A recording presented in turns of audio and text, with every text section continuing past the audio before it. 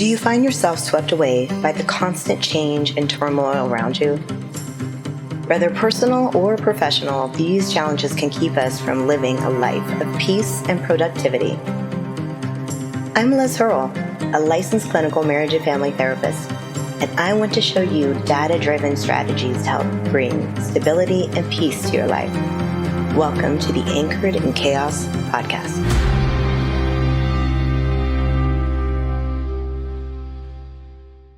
Welcome back. Liz, how are you? I'm good. How are you? I'm good. Good. How was your Christmas?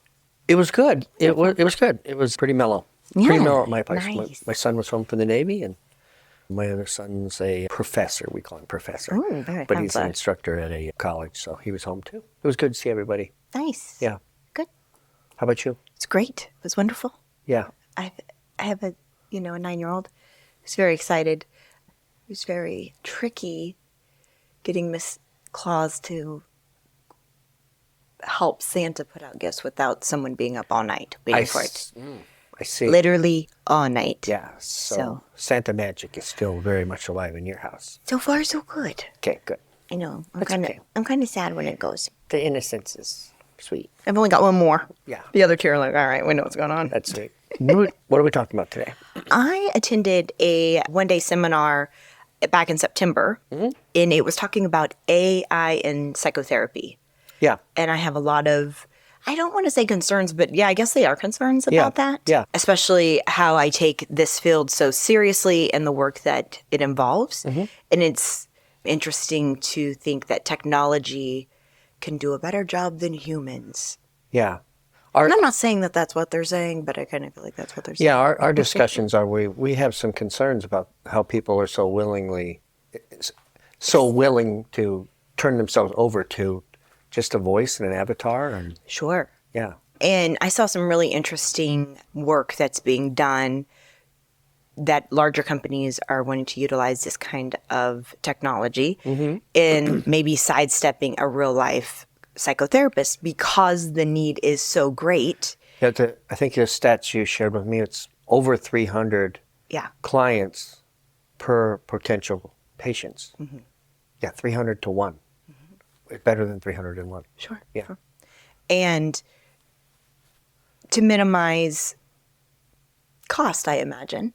That's probably part of it as well. Hopefully it's just the need for Well, I think the intent is to services. have, at least to have some service available to someone at some time. Right. Yeah. So pick up your phone. And I think that's the idea is AI is readily available if you just pick up your phone, which It is yeah. right now, right? Yeah. Not in a psychotherapy ideal way. I mean, you could probably use it for psychotherapy, which I do not recommend. Right. But yeah, it's very much that's so. what we're going to talk about. Yeah. Yeah. So I wanted to cover that and my overall idea of how this is going to impact psychotherapy relationships and then overall our whole life dynamics, like how we engage with one another and if that could set us back. And I have some ideas around that. Yeah. Well, let's see. So historically, some of the things that we talked about is from a military background. I can tell you that AI has been on the cusp since the 50s, right? And that one of the big things I've always put out in just general conversation about artificial intelligence versus man-made stuff is our drone technology.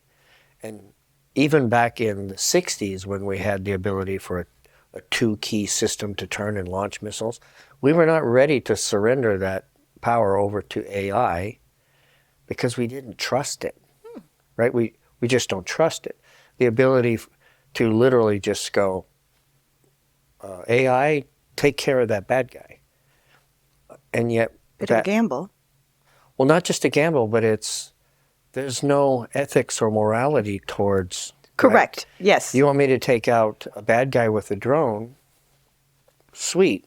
But I took out 100 people doing that, right? One big giant bomb and I killed the bad guy. Sure. Yeah, but there was no discretionary actions there. It just followed its instructions. Can it pinpoint and do all that stuff? I suppose that technology is available, but that's exactly why we don't surrender that control over just AI and no human component involved. Right. And so the question is, so what might be lost if we utilize AI in every category of our life, right? Right. we were listening when we were in Genuine Effort Gym this morning. We That's were right. listening to That's right. just some ongoing podcast about AI. Right. The broad spectrum, not anything really necessarily psychotherapy Right. related. But one thing I caught that I posed a question to you was the AI ended its interaction and it said, "It was my pleasure." And I said, "How? How was it its pleasure?" Yeah. Pleasure? How? Tell me how that works. Yeah. I mean, it's a program, right? It's just like, well, that's what I'm programmed to say. Yeah. Well, you and I both know that in the makeup of somebody reaching out to AI and that interaction, they've only been programmed to tell you certain responses. Mm-hmm. But we listened to a demonstration of an AI robot, and I thought that the robot was very snarky and Condescending? condescending. And I'm thinking, that's how you're programmed? Why? It almost had this cynicism and sarcasm to every response that it made. And I thought, that's weird. Is that built in, or is it just programmed to do that? I think it's supposed to give the qualities I'm trying to be funny. But I found it a little off-putting. Also in that same conversation, we heard another commentator mention that we have essentially in taking this step into AI, which we took a long, long time ago, we are up to our eyeballs in AI, and people don't even know it. Right. There's no going back now. There's no going back. Right. That's not what this is. This is about awareness. Yeah. That's what, ideally, bringing it up, attending Dr. Fry's seminar is about awareness, what is happening, how to be involved, and don't be so. We are so conditioned by all of these easy access tools in our lives. Right. Just go with the flow. Well, what does that flow entail? Don't be naive to the fact that Alexa, turn on the house lights. Yeah. Alexa, unlock my door. Alexa, what's the name of that song? You already have computers running your home at convenience. I don't, FYI. Me either. But the other is too, our phones. Yep. They're listening devices full time. I try to always tell people, you think you're seeing things, they're seeing you, right? But it goes way past that. It's Siri, find me a new path to work, okay? Siri, what's my day look like? What's my day planner look like? So it knows where you work, how to get there. It's looking at your day planner. It probably has some contact information or day planner. So now we're one person removed. Call my sister in Big Bear. Well, now there's a sister in Big Bear. It knows that phone number. It knows her information. It's all expansive. And the AGI, which has its own ability to formulate new algorithms for learning, it does it on its own, right? All it takes is one more ripple and it turns into something else, right? And that's all inclusive. So yeah, I have concerns. I know you have. We're especially concerned as it applies towards its application to people in need who need help.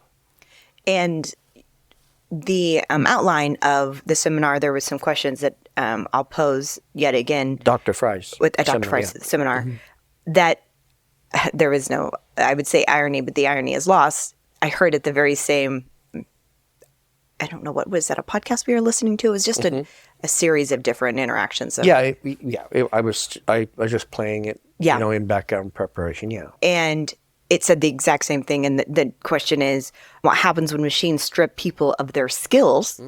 And what about prolonged unemployment? Well, we kind of talked about, and I'll touch base just gently on this, in our last episode around masculinity, the struggle to get people to actually work in some aspects. Right. Well, what if we make, software so efficient, because that's what it is, a software so efficient that you don't have to need real people at the drive-through window. It could all be by card access, and there's some sort of apparatus that belts down your food, or there's only cooks in the back. I don't know. I'm just saying that there's... We're seeing total automated. It already exists. Yes. And by the way, you don't have to go get it. Siri, call McFlugels and order me a giant something. Right. Bring it right to your door. Now that a person delivers that, though. Do they? We have drone delivery. Now we are getting to But there is drone delivery. I mean, package drone delivery. We already have that. Yeah. And that is trying to get expanded. That's in the process of going actually through the House to get a bigger, expansive bill on that too. So that can go even more. So, So let me just finish that thought. Yes, please do. In the person who was making comment in the podcast or in the what we were listening to in the gym, he said that he had a very, let's just say it's not utopian problem with the AI that exists. We have created either a savior or our new master, and in that for it to be your savior, you have to be willing to give up a lot. Now, it'll be incremental, but the reason I say a lot, it would be at some point, it's going to want to become your master. If it gives you everything, pretty soon it's going to say, I do everything. And your power of selection and choice will be limited. Now you can't go to you've given it up so much, now you don't even know how to go to the supermarket. well, I was going to say it's an intellectual decline for an individual. It You is. don't have to think. You don't have to operate. That's my point. That is exactly my point. Yeah. That's the other thing. I'll get to that. But it's who's becoming more machine and who's becoming more human, right? Because you're so lost to that. So what about, and this kind of, again, goes right back to psychotherapy, but what about the loss of human contact? Like we are already at, post-COVID of not wanting to interact with people. 2 years, almost sequestered, And separated. sure. And we're still struggling to re-engage with one another. Still coming out of that. Yeah. And now there's this huge push for AI. Well, that helps me stay more, isolated. That's right. And gives me justification for it as well. That's right. Now, what we know we need interaction from one another. Like our brains need interaction with each other. Yes. Well, to have any higher level of intellect anyhow. So here's something, you've probably heard me say this before, but I'm going to say this probably for the first time. A professor in a college, Clark W. Lacey, I don't think his middle name was W, but for some reason it sticks in my mind, Clark Lacey. He taught me this, it was graffiti written on an outhouse wall in the 30s. And the graffiti read, pet, pat, play, and provide parlance for the human primate. And in that, P's. It's a lot of P's. But in that, he breaks down that this is almost the formula to remain human. Pet, pat, play, and provide. Pet, people need to have contact and be stroked mentally. Physical touch. Pat, we do need physical contact. Play, we have to be able to interact. Dialogue. That's the parlance. Pet, play, and provide parlance. We have to have that means of communication. Remove any of those elements, and we are no longer human. That's stuck with me since the 80s. That's a powerful thing. And yeah, you've mentioned that to me now. That you say it a few times now. Pet, play, and provide parlance for the human primate. So post-COVID, we know that we now have these young people tragically cut off from the world. Mm-hmm. They're not exercising. They're not interacting.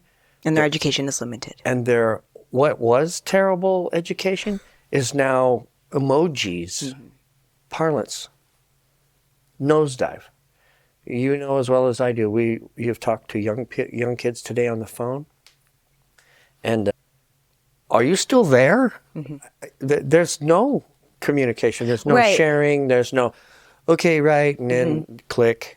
Yeah. In an articulate interaction of language used. And when you say that, I told you my pet peeve. All three of my children know that I do not text them and interact with them with acronyms. Yeah, me either. It bothers me, and I will not respond to them. And they'll be like, "Mom," I'm like, and then like, "Fine," and they know. Yeah. I'm like, "No. You know the English language, and you are educated grammatically, and you will utilize that." Yes. And Mom, nobody does that. And I'm like, "You will."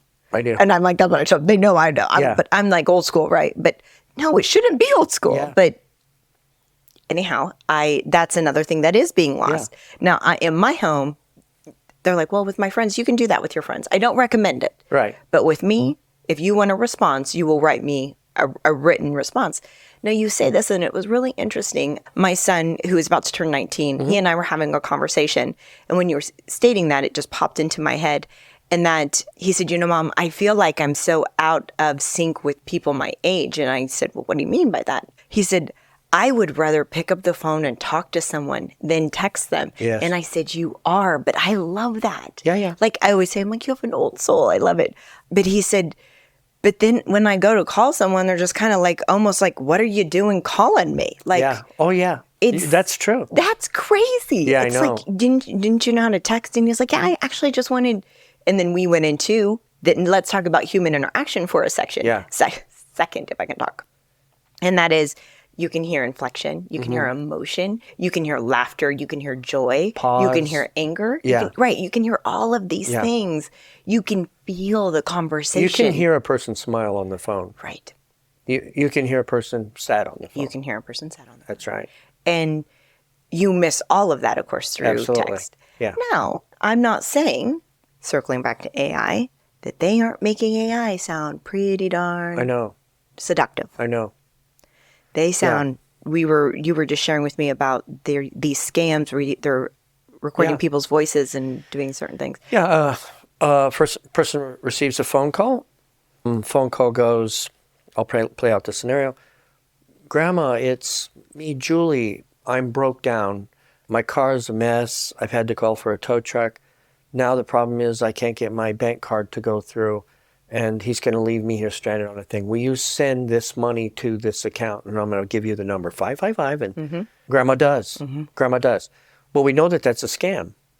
We know that AI is so good at copying your voice, your inflection. It only takes a few words. In fact, they can build a big profile of your voice and its profile, its individual profile, just by simply saying hello. They will build an entire thing and this whole entire scenario. So now they're instructing people when you're answering the phone, who's calling? That's how you're gonna answer the phone. Who's calling? We had a whole thing, but it still doesn't prevent them from building a profile. It's just that in that what you're trying to do is make sure that there are keywords that they can't build off of, right? So that's probably a poor example. I don't remember exactly what the example was to deter that, but the idea is to not say hello and then communicate freely. You need to go, don't say anything. Call the number. Call your daughter and say, are you actually? No, I'm not. Click. You're done. Try not to give up anything. This is tricky now. That is really tricky. And I apologize to listeners and viewers because I will be more diligent in the future because I am referring back to what we were listening to this morning, and I want to make sure I provide that information. Right. So in the future, I will try and look back and see what podcast we were listening to. We can provide that. Yeah. But yet again, was a doctor, stated that he was outraged that his voice was dictated over a book. He was so. Do you know what I'm talking about? That's right. Yeah. And he was We'll provide them with the show notes. And I thought, oh my goodness, his whole. Yeah. But I also, and again, I'm trying not to. I want to make sure we stay aligned in our agenda here, but to springboard off of that, I know that Dr. Peterson said that I think that he had AI do something regarding his book. And I don't want to speak to that. Dr. Jordan Peterson actually went to ChatGPT and said, write me a paper. Over one of his books? Make it sound like me. And here's the title. And here's the buzzwords. Ding, ding, ding, ding, ding. And that thing spit out a paper. That's what it is. Within a minute. And he read it. And he said, if I didn't know I didn't write this, I'd have no idea that wasn't me. That's alarming. And he's one of the greatest minds. Intellects in the world. That's in right. My opinion. Yeah. That's an opinion. It's my opinion. I mean, I just want to say my opinion. So this kind of goes back to something you mentioned earlier. What happens when a person loses their dignity as free individuals when every purchase or move they make is a decision that is monitored? Kind of like when you say your options get limited. Yeah. Because someone else is making more of that decision making. We have to. One of the biggest lessons that is probably going to be overlooked, and it is crucial that people understand, is that anytime we're on a device, anytime we're around any type of device, it's listening, it's watching, it's learning, it's Everyone's profiling. like, that's conspiracy theory. No, It's that's not. real. That's very real. It's very And real. when you go onto these chats, when you use artificial intelligence for locating this, I use maps. I like to see how far away I am from, even though I typically use my own sense of direction. I still want to know what's the time from here, and I'll pull up a map, and there it is. It's still profiling travel. It's profiling everything you do. Remember, when you go to the grocery store, there's a camera right up there. That camera sees you. It sees what you buy. You now have a receipt. That receipt's in the computer. It knows what you buy when you buy it. It knows how much you What spend. about your bank? Everything. I mean, it just the expansion. I mean, those are Everything. minimal things, but Everything. I did learn about a couple of different. Chat GPT was one of them Yeah. at the seminar, Yeah. as well as, it sounds really kind of almost insulting, in my opinion, yet again, but another mental health resource within AI is called Wobot. Oh, yeah. And I was able to watch them interact with this Wobot AI and ask certain questions. Wait, is this the artificial? They built a robot. No, this is just on chat. Okay, it's okay, just a okay. a messaging book. Okay, gotcha.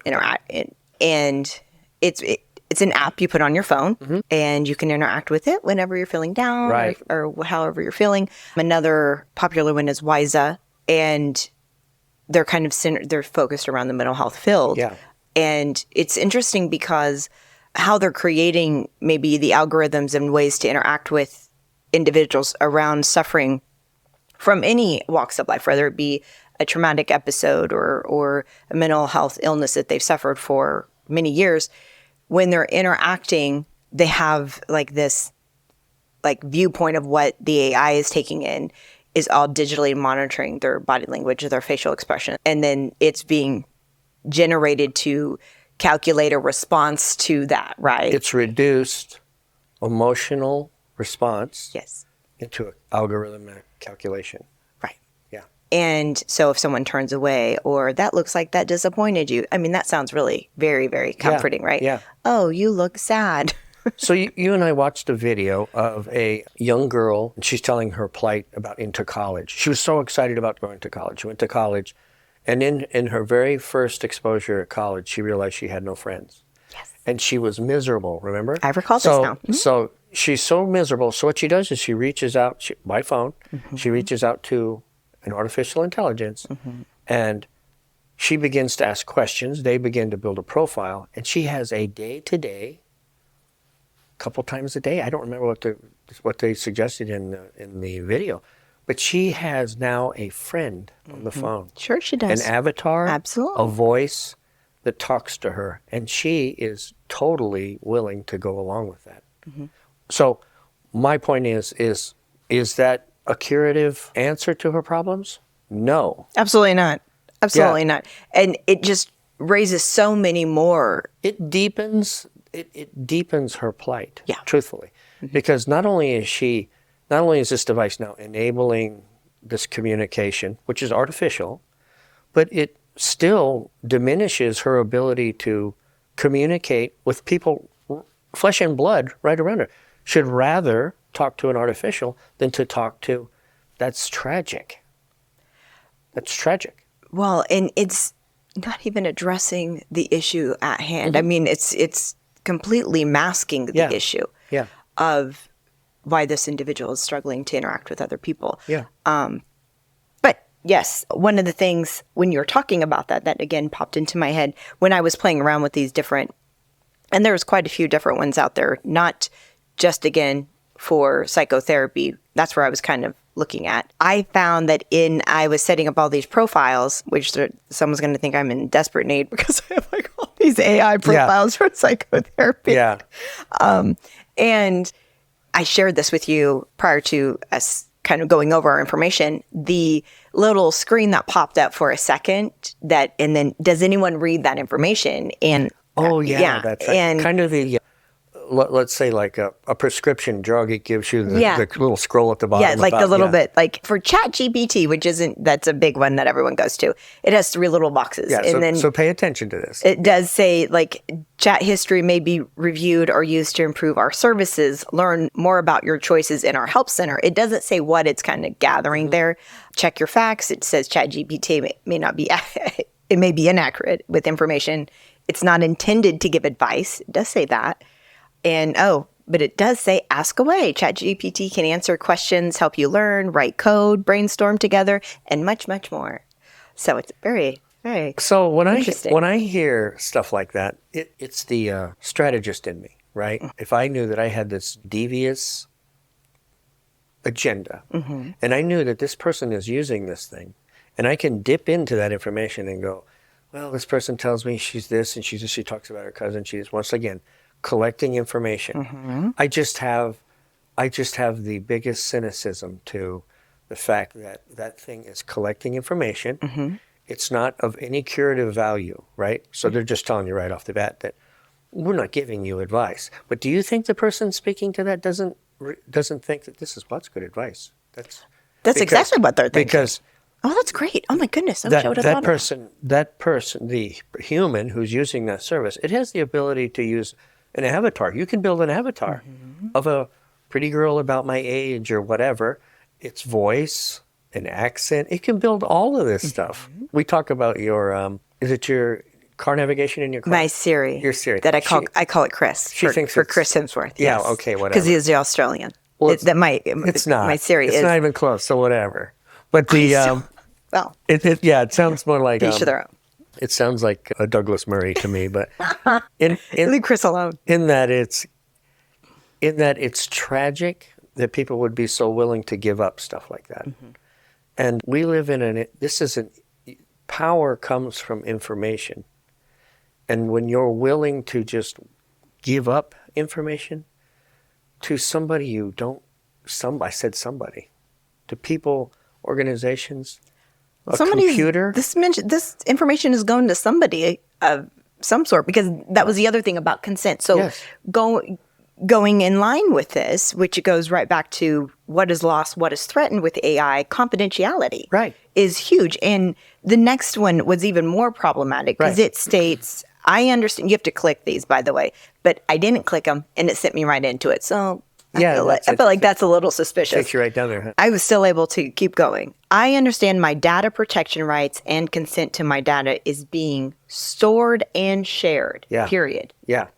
With who? Yeah. That's the end of it, by the way. There's nothing else to be said. Right, Then it says, well, then I'm saying I'm 18 years of age and older, and I'm happy to receive offers and emails and all that jazz. Yeah. All that So crap. not only are they using you as an advertisement tool, right? Correct. They're collecting that information in the cloud or wherever it goes. But more to the point is 20 years from now, you go to apply for a position and they go, I want to help rehab people from alcoholism or domestic abuse or whatever. Oh, okay. They put in the information. They pull up on another AI thing, and they've compiled a big thing on you. Well, it says here you've had some mental imbalance. It looks like you talked to an artificial intelligence for 10 years and blah, blah, blah. Really? We already see people who go in and apply for positions, and you don't have to be high-powered positions. I even see this now for football players. College coaches are going through their social medias for their players, and they will make their decision of what type of player they're going to have by what they see on social media. They will use that against you. Well, yeah, that's something actually I Yeah. told my children cautiously, be careful what you're putting in Snapchat or It's in any forever. of social media. Not just, pictures, but your opinion of self. It could be reviewed, and that can really give someone a viewpoint of you that's not really true. Yeah. As an employer is Yeah. what I said to them. Not, I don't care what your friends think at this point, but as you get older, that sticks with you. I mean, we've seen, and again, I'm not going to venture off, we've seen how celebrities have really paid the price of Absolutely. past postings. Politicians. Everyone, right? Absolutely. They're digging up, they're going back in the history books of Twitter 20, and 30 years. Yeah. College Facebook, years. whatever, Yeah. Absolutely. and anything, and they're just ripping it out. Well, now you'll have it all neat and tucked away in a perfect Absolutely. little box Yeah, of yeah. information, right? Yeah. And all of your And in that really just ignites something in me of, I take what I do so incredibly serious and passionate that an individual sits across from me and revealing information. The confidentiality of that, and it's not really that, it's as much as the legal. It's not the legal. It's holding someone in a space for a minute and being able to give that to them. Yeah. And know that there honestly is no judgment. And it's, and that's kind of what I've always said. I'm like, you can say whatever you want to say in my office. I don't care. Like, you can cuss, you can scream, you can do whatever. Right. Whatever it is you need to, within reason, get to where you need to go in a healthier way. Let's put it that way. This next section kind of goes into that of the nervous system co-regulation, which is a clinician's job, is to help people with regulation when they're not just in session, but being able to regulate their system outside of session within jobs or relationships, if they've had a traumatic experience. And I have utilized this ever since I've been trained in EMDR. I've utilized this. What is EMDR? Eye movement desensitization reprocessing. It's another technique. It's an amazing tool in psychotherapy. We'll have another episode about that. Yeah. But it was utilizing something in your past that kind of gets in your way. Just kind of funny. I cannot stand public speaking. I don't even like doing this, but here I am. And I've been asked to go and do some conversations and having some talking points. And I'm just like, absolutely not. Well, I've gotten much better at it, which is why I'm here now. But I wondered why this kind of stuck with me. And any time through my undergrad and my grad, I had to do any type of presentation, I would become my nervous system would go haywire. I would perspire really, really bad. My whole neck would become inflamed and I'd be like this red beacon. And I hated it. And I'd be like telling myself, like, it's fine, you're fine. That was really helpful. But I wondered why I instantaneously would respond this way. Yeah.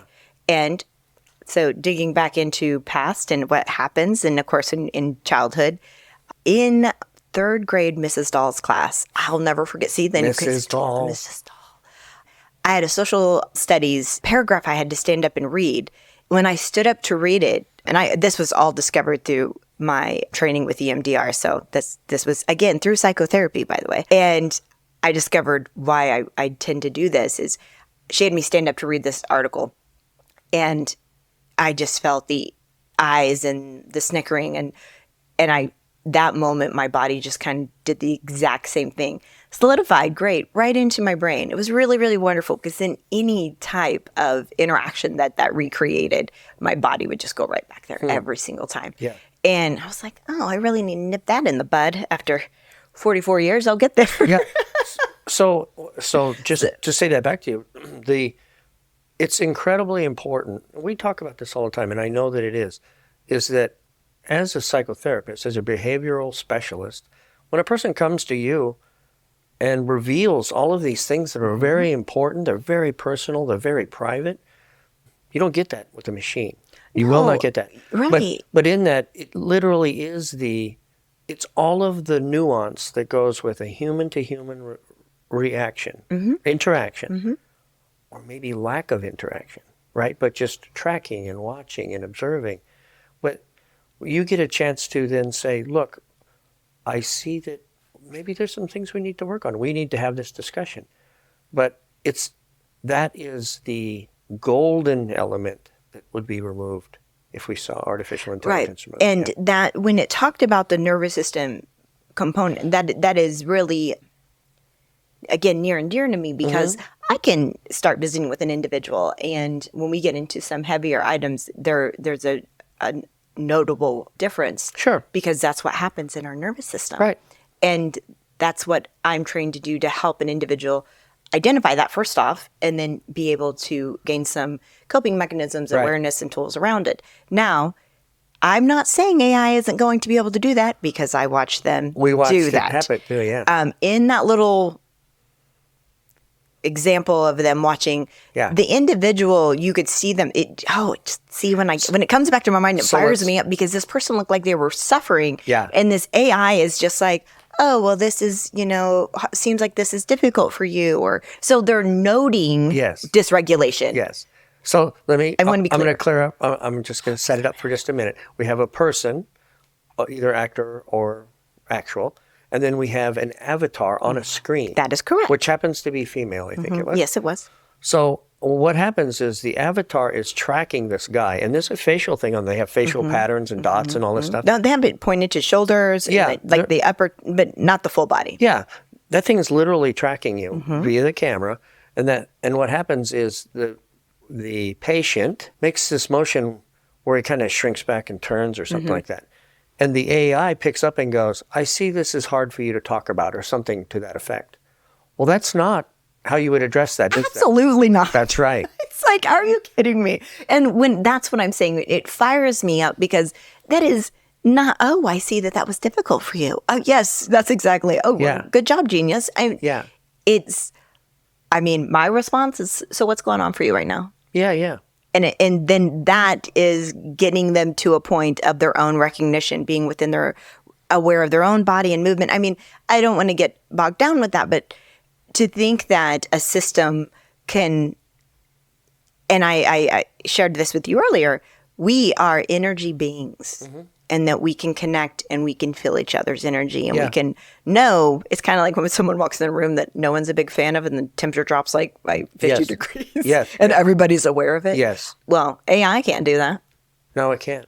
Can be aware that, of course, with algorithmed out the wazoo, it might be able to say, well, it looks like you don't care for that person. No, I'm going to push back a little bit. I bet AI has developed those types of things. However, it's still the human interaction. It has come so far, and you know I'm right. It has come so far and is so pervasive, so invasive, that it's everywhere. But in the realm of real treatment, you and I will agree that it's this human-to-human interaction that's the only true way to show empathy, compassion, that's not going to come across on a computer. Correct. Which is kind of my outline I have here of embodied resonance, of the experience of having loneliness and shame undone through shared experience of human embodiment of love and loss, disease, touch, nonverbals, limitations, catastrophes, and all the things. Yeah. I mean, etc. And that emotions are inseparable from the body. Like that's one of the biggest things, how our collaboration even came to be with the physical side and the psychological and emotional components of self, of those shouldn't be separated out because it's inseparable. When we feel emotion, it changes us. And that's right. How, again, when I go back to an AI say, it was my pleasure, you don't even know what pleasure is. Yeah. So in playing with this thing, some of the questions, you can pose questions to it and sample. Oh, yes, yes. Now, one of the interesting things was, in the questions that are posed, it'll answer questions, and and it is always profiling you. It's always profiling you. Why do you do that?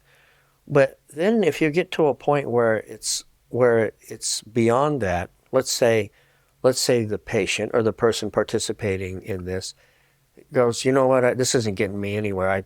I think I'll just end it all. The end game for that AI is, let me put you in contact with a human. Yes. Which I find all the amazing. I find amazing. Most of the all of them that I encountered, that I went and created an account for, when it came to that, they were like, oh, well, let me get you connected to a real life human. Yeah, which I find that to be I find that to be amazingly hypocritical, but proper in that you've already surpassed my ability, and now I'm going to give you back to a human, which I think in the understanding from the podcasts that I listened to and listening to other websites, that AGI, which is AGI artificial global or it's general? Worse. Is it general? No, it's global. It's global? It's worse Okay. than, so I shouldn't say worse. That sounds like I'm It's more intense than of the two. artificial intelligence. AGI is the learning, right? It's actually the learning. And it has the ability to build and build and build. Correct. It can. But I just find it to be just amazing that, you know what? Let me get you back to a human. You've obviously Okay. gone too far. Well, I've spilled my guts to you for months, and then you're going to take me back to a human. Who knows nothing about me, Yeah, by the but way. we're starting over. Yeah. Which is, I know, their standpoint on, or their speaking point for AI psychotherapy. I am very aware that individuals finding a clinician that you can create a therapeutic alliance Yes. and feel like there is that therapeutic alliance relationship is core for anyone in their treatment process. Right. And when you find that and having that is something that people that they hold value as they should. Right. Now the challenging parts of big agencies or individuals that maybe not in private practice, that the recycling of therapists leaving a place or moving or doing different things, then you have to get a new therapist and start all over again. Yeah. Well, with AI therapist, It follows you everywhere. it's in the palm of your hand, and you'll never have to tell your story all over again, which is that in itself is traumatizing when an individual has to start, even when there's a shared of some medical files and what have you, but you're still having to start over with another. And that's the, another part that they can stand on. You don't have to start over. You'll always have this AI therapist with you. Yeah. How long do people go to therapy? Well, in this, depends, I think that really does depend on the line of care and what you're treating at the time. Yeah. I think I've said before, you'll hear me say it a lot. I always share with the individuals that I serve, my job is to put myself out of a job. And Right. Same. My job is to put myself out of a job. Same. And that's always kind of interesting response that I get, because the idea is to really own oneself and be able to have the ability to identify and heal and move forward in a healthy capacity. Educate and give them the tools. Well, the ownership of oneself is crucial. Like it's actually really important that a therapist and clinician is aware when there is a dependency. Yeah. And absolutely happens to every clinician to be able to identify when it's like you have to push them into, well, that's one thing AI would not do. I mean, because they'll literally be at your palm every single day. Of any moment, I need a reassurance. I need you to make me feel better about myself. And I'm not ugly today. And I'm not this today. I need this. It's really a false sense of reassurance that this algorithm is just literally placating you into making you feel good. And I know that sounds really harsh, but I want people to know within self, no matter what you've done and what you've persevered against, and you did this on your own. You have created this, not the reliance of an AI or even another individual. Yes, we all need validation and support, and we need each other. I'm not going to say that those aren't things we don't need, but to have that as your resource every day, to be your check-in, to make sure I'm getting through my day with some level of movement is not healthy. Yeah. And They essentially become a permanent crutch. correct. Right. Mm-hmm. And it's one thing to have a touchstone, right? It's another thing to have a touchstone. But I will reflect that on my side of the shop. And my side of the shop is as a professional trainer.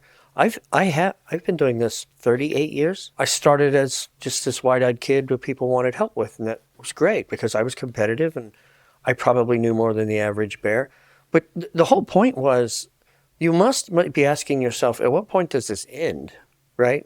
And when I go on to, I've trained people who've gone on to be champs, right?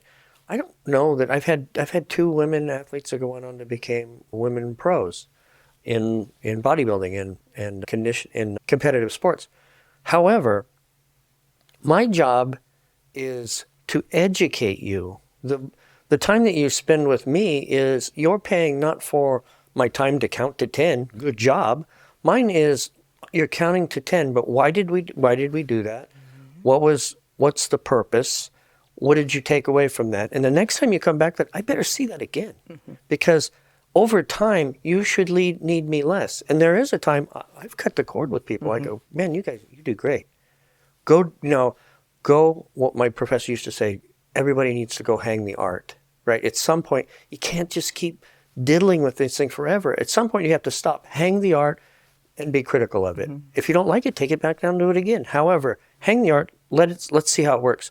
So now you take the tools that you've learned from me, you go do your thing. If you need me, I'm here. But I'm encouraging you to take what we've learned and do what you can. And from that, we'll see how your progress is. Now, do I have people who've been, I have clients who've been with me for a long time. Every time I travel back to Colorado or every time I go to Wyoming, if those guys find out I'm in the state, they want to work out with me. Hey, that's awesome. Well, yeah, and show me how you've done. Show me all this stuff. I love that aspect, but I'm not here for you forever. Well, and I guess I want to clarify that, I've seen people for long periods of time, Sure. actually almost in the entirety of my practice, but not on a consistent basis. I call them booster sessions. Yeah. Yeah. When something else comes up, it's kind of like a booster shot. It's like you come back in for a booster session to kind of, different lay of the land kind of thing. They've done well for months, years, maybe. Years, yeah. And then they go, hey, Liz. Hey, this came out of left field. I'm uncertain. My boat got rocked. Yeah, Can you absolutely. No, help that's straighten this exactly out? what I am here for. Yeah, right. And it's always, always my pleasure to do that. But Yeah. I think that this is just a different resource for people to have it, one-on-one. I was going to say just real quickly, I haven't looked into this. You probably have. I think there are. No, I was getting ready to ask a question. Go ahead. There are AI trainers, right? Personal trainers? Yeah. So what I think is interesting about that, yet again, with person-person interaction, is you are so big on just, being a former client, now your partner, on movement. Like when I'm doing the movement, am I sitting in the right position? Am I doing the right, like that? Perfect analogy. That's a perfect analogy. This is why I'm so critical of online coaches. You'll do it, but it's not like something you love. If I write you a program and I say, every Monday, Wednesday, Friday, you're going to do 3 sets of 10 for push-ups. And then you'll do 6 sets of 5 for chin-ups or something like that. And you come rolling in and I see you in person or you've been with this trainer for years and you come in and you do a push-up in front of me and I'm like, what the hell is that? That's not a push-up. Right. No, the whole point about being a good trainer, now this will be something that will sting, but I mean this. I don't think that you can be a good professional trainer, and I have yet to do it. Every single person I've trained in my life, and I think there's, in the 38 years, I've heard people claim that they've trained thousands, tens of thousands. They're in their 20s and 30s. Wow. Really? Oh, wow. Well, I'm about to turn 60, and I probably only have maybe 300 people under my belt. Maybe. Short-term, long-term, whatever. But in every single one of them, it's face-to-face. I see them every day in the gym, and I know what they train, and that's how I think they've progressed better and better. How can you do that? How can you possibly do that if you don't have somebody there face-to-face? You do 19 out of 20 steps in this procedure correctly, but one you don't, then it's not right. It's just not right. And that's what AI, that's the problem with AI. Can it hear stress in my voice? Is it reading my eyes, my body? Yeah, sure. But maybe there's key words in there that are just being missed because that's not part of their lexicon, but it is in a trained professional. Right. A human trained professional. Right. And that's, we've really just touched on, honestly, both sides. So many of the issues with concerns regarding AI. And this is, again, I don't sound like a broken record. This isn't changing the fact that AI is here, and it's it's awareness of you really need to pay attention to these things and what you're following, I guess. And in that for your profession and to mine, I don't want people to misunderstand that maybe you're not the best of trainers, but at least people are making the step towards betterment, right? The old saying is, I've seen people who are recovering from injury. If you've never seen a treadmill for morbidly obese people, or called a zero gravity thing, they actually put it in a harness. They're like 10% of their body weight moving. Well, you'd ask yourself, what good does that do? It's better than the guy who's sitting on the sofa. You're doing more than them. Sure. So So in your realm, we ask ourselves, well, if there's artificial intelligence that goes into physical therapy, at least the guy is talking to something. Oh, you mean psychotherapy? Psychotherapy. I'm sorry, what did I say? Physical therapy. Physical therapy. You were in your jam. Yeah. Yeah. Well, so in that, I agree. there I are want levels. You to know. There are levels. I am not poo-pooing this whole idea. Right. I guess it sounds like I am. I know. I am cautiously aware of slippery slope mentality that, as with anything that things have, and this is one of them. Well said. And I think that people in dire straits or wherever they're at, that they just need maybe to feel something like something cares, even if it is a machine or even a program or whatever. We just want to feel some sort of connection. Yeah. Then absolutely grab onto something. Don't completely lose yourself, right? Right. And I think these can be resources to that. Right. Again, I just think you have to be, the reason I bring this up is because there's levels that this goes to. Again, in our society, we're very much so quick gratification. Mm-hmm. And we are already talking about we're on our devices entirely too much. We're addicted to our devices, like you said. No argument. I always love your analogy of the what do you say, the scratching at glass mentality. We've reduced ourselves to animals scratching at glass. Yeah, I really love that, because that's exactly what we're doing.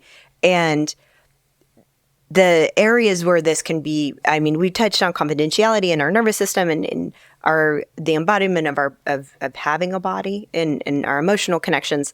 But when we go further into just like the very, very tip of the iceberg of this, goes back to sleep disturbance issues, where someone's thinking, well, I am getting help for my sleep issues because I'm talking to someone all night about my sleep issues. Yeah. We're already talking about how we need, even I got a newer AI phone and I can't get the screen to go completely black, you know? Yeah. And I think I just put it in another room because I'm like, even the illumination, my brain, like I have my eyes closed. Oh, you mean in time of rest? In time of rest. Yeah, it's always illuminate. I'm like, and I can see it and I'm just like, my brain's like, oh, look, there's something over there. Look, something shiny. So I'll ask you then, do you have Alexa? I don't have, I mean, the only thing I have, and I have to be careful because it's here. Yeah, I know. It's here. I know. Yeah. Because it'll start saying, how can I help you? Chris will start talking to us. See, so that. But well, what I'm saying is that before that we have so much access that we're getting, less and less sleep. That's one of the research that they found, is that we're getting less and less sleep, which we need sleep for our brains to operate, for us to engage and be productive and motivated, engaged, and all those things. But then you want to, you can make, well, I'm talking about something that is bothering me. Well, does AI have and it not saying it won't, have the ability to say, it's 3:30 in the morning. You really should get some sleep. And, let's sit, what are 3 breathing exercises we can get you to do before you go to sleep? Like something like that. Right. Like, that's what I'm saying. So I want to just say this. I don't do it now because I was driving my family nuts. But I have a phone full of alarms. No, I'm aware. My alarm goes up. I have alarms that go off all the time. Yes. But what people don't realize is I'm up early to prepare food for clients and myself every day, fresh food. And then my first client's at 5 a.m. So in that, I have an alarm to go to bed. Oh, I didn't know that. I have an 8:30 alarm to go to bed. Now, that seems rather bizarre. I know that sounds strange, but it's because I'm dependent on the sleep that I get, right? Mm-hmm. And that is part of my makeup to make sure people understand it's time to go to bed. But I also have an alarm an hour before that is totally irrelevant. And you know what that tells me? Get off any device. I don't want any device in my head at least an hour before I go to bed. It's not just that I'm amplifying all of the information that's flowing through my mind. I need to decompress. That is but so it's true. also all of the screen light, right? White light, blue light. You need to be shifting over to red light. You need to be slowing down the process of your brain. And I know we're going a little bit off track here, but no, not necessarily, because those are the that's disciplines. what I'm saying. Those are the disciplines of being away from technology so that our brains can get back to a circadian rhythm, right? Right, We that's can what go I'm to sleep saying. Is rest, yeah. AI going to disengage this psychotherapy session in the Yeah. middle of the night and So- say you need to be sleeping? So I train, hypothetical, I train well, I eat well, but I'm not resting well. Right. Wash it because it did you no good. Well, you it- have to have that reparative time, that downtime for your brain to function. That is absolutely right. That's the scientific proven study on that you're just talking about. It's an impairment to your cognitive ability Absolutely. and reduced gray matter in your brain. And that's actually leading to more of heightened diseases around Alzheimer's. You can go, I would venture to say years without eating. Yeah, we Right? talk about that. You can go days without drinking, but sleep, you'll go insane. You'll go You'll go insane. And not only that, not only are all those factors involved, but as soon as you involve as soon as cortisol and those hormonal responses that go from improper sleep and improper rest, as the cortisol goes up, now you begin to just literally scavenge the good from your muscle. You begin to shrink and die away, and cachexia sets in, and it's so horrible. We have wandered off track, but I do want people to understand that this is tied together. No, it is all tied together. And as we walk down this AI trail, which, by the way, we're all on, whether you want to admit it or not, in some way, shape, or form, you're being a part of this. You need to make sure that you're managing as the best you can. Sure. And going back to that, I've kind of shared they're showing that ADHD has ability to increase. Well, I say that ADHD should be like on a spectrum, and we've designed our brains to take on so much information so rapidly at all given times that our taskbars in our brain are open, like 50 different tasks are open. That's in your mind. Yeah, just in your head. Yeah. And you're trying to analyze and solve each one and then go back and and they're saying just the rapid pace of that. And now you're connecting that to the device still yet. You're still interacting with the very thing that drives you. Yeah, right.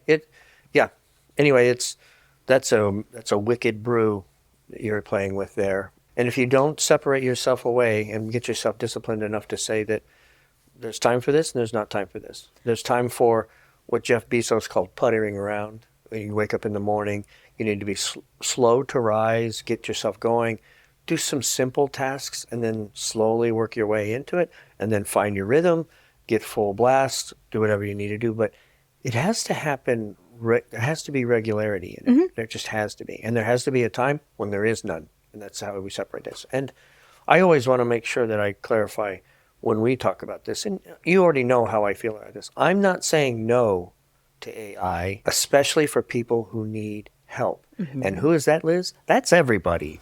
That is everybody. We are all broken in some way, shape, or form. That is everybody. We may be high-performing, popular people, good with a lot of things, but everybody has some skeletons. Everybody's carrying some baggage that they could easily drop if they had the tools. So I'm not saying this isn't a good thing. I'm just saying, is it the proper thing? And I want people to understand, especially those that are affected by PTSD, my military brothers, those people who are first responders, fire. At some point in your life and sometime in your career, you're going to see some things or be a part of some things that will rip away your innocence. And whether it happens at 6 years old or 60 years old, if it's upset the balance of the way the world works for you and you work in it, you need to speak to somebody about it. Sure. And that's what this is all about, is to reach out. That's why I think gyms or churches, there's fellowship, there's camaraderie, you're being held accountable, responsible. We help and encourage. And most people in the gyms, if they're truly in the gym business for the right reasons, they're in their business because they want to see people get better. And I don't care if you come to the gym every day. Come to the gym every day. I encourage that. But I want people to get better. Yeah. The other last point I want to make here is, and this is what I started the whole conversation off, was actually increase areas of loneliness and disorientation of self. And that we're just putting ourselves, It's off the charts. we're shrinking so far back from one another that it's going to impair us. Well, we're already impaired, so it's going to lead to a I don't have the suicidal information or depression. I don't have those stats in front of me, but I know for a fact that suicide and self-harm is off the charts at all ages. The separation during COVID and the pandemic and all of these things that have separated us, we just see people just suffering all around us, and we need to be able to come back together. And the only way I know how to do that is you need to reach out and communicate with the people. You need to find people you can speak to. Well, when I say that the psychological aspect of what it can do to one's mind is this living in a fantasy world. And that is, you're so reduced. We have, and this, and I delicately, when I know a lot of people are into D&D, and that's great. And so I don't want to be like, that's awesome. I was not aware of the commitment to Dungeons and Dragons and it's a series of stories and I see what you mean. Yeah. Someone that designs it and like the collaboration of all these individuals that come together, and it's very, very, it's actually really interesting, to be honest. Now, I'm only utilizing that as a way of saying that if we reduce ourselves into a false fantasy of AI technology, not just for psychotherapy, the widespread of that, and it, they had stated that as we become more comfortable, our bubble increases and the similarity between our reality and others decrease. This will further incentivize us to prefer our personalized worlds. Shared objective reality, if you will, would change our beliefs and our comfort to, it would change us. It would change us in a way of, we could create our own society within our home, and it's all false reality. I mean, I don't want to go Matrixy on you, but from what you're saying there, and I do understand what you are saying there, I would say there is the potentiality of just this exponential thing from that, right? Mm-hmm. If you are, and I'll be as delicate as I can, if you're not the sportsman, if you're not built for athletics, if you have no interest in it, maybe you like books, maybe you're bookish, maybe you're a game player, right? Bookish. I'm bookish. So if you're D&D or you play video games, right? Mm-hmm. Right, that becomes a big part of your world. Absolutely. Pretty soon it becomes a lot of your world, right? Mm-hmm. And pretty soon, as you know, an addiction is anything that interferes with what you should be doing normally. Correct. You're doing more and more stuff here. Well, when you were talking about the bubble and the bubble growth, see, I think we see that in people who cosplay. Mm-hmm. And I think cosplay has turned into a new aspect of cosplay. I won't say what it is, but I think in society we see people who are playing out these things that they think they are, and in that they believe that everybody should have addressed them as that, right? Mm-hmm. And this cosplay has become real play. Mm-hmm. And real play is is literally psychologically embedded in yourself now, where you can't tell truth from falsehood. Right. And I think that's really tragic. I sent you a reel the other day about when you create a reality and a false reality of self for so much of storylines and stories that you actually have created false memories. You've made everything up to believe that that's exactly who you are. And it's so, I mean, like, you're so, firm in it that this is who I am. And I do see some really big concerns about just, we reduce ourselves in this. And again, I don't wanting to make sure we kind of narrow this down and wrap this up. But when we think about individuals that are, and I don't want to say like staying in their basements and playing video games and not leaving their homes, and now with post-COVID, we have everything that comes to our door: groceries, food, entertainment, anything you want. What's the term for that? Cocooning. Cocooning. It's actually a societal plan, right? You don't have to do anything. You don't have to go to work. You don't have to travel. We'll bring it all to you. You know what? I'm so glad you said that. And again, my son had just taken a train trip, which was He's such an amazing explorer. I love his spirit. And he spoke with all these different individuals on the train. And they thought it was really interesting that a young man was speaking to them, by the way. Because young men don't do that. They're just like, obviously not watching. I'm looking down, just tapping on my phone. But he had him sign the book. He had all these great signatures in the back of his notebook. It's so incredibly awesome. But he said, and I said, I have to, and I might be messing it up. But he said, it's so nice that some young people, but you're seeing that people are not made to be looked at. They're made to be spoken to, or something along those lines.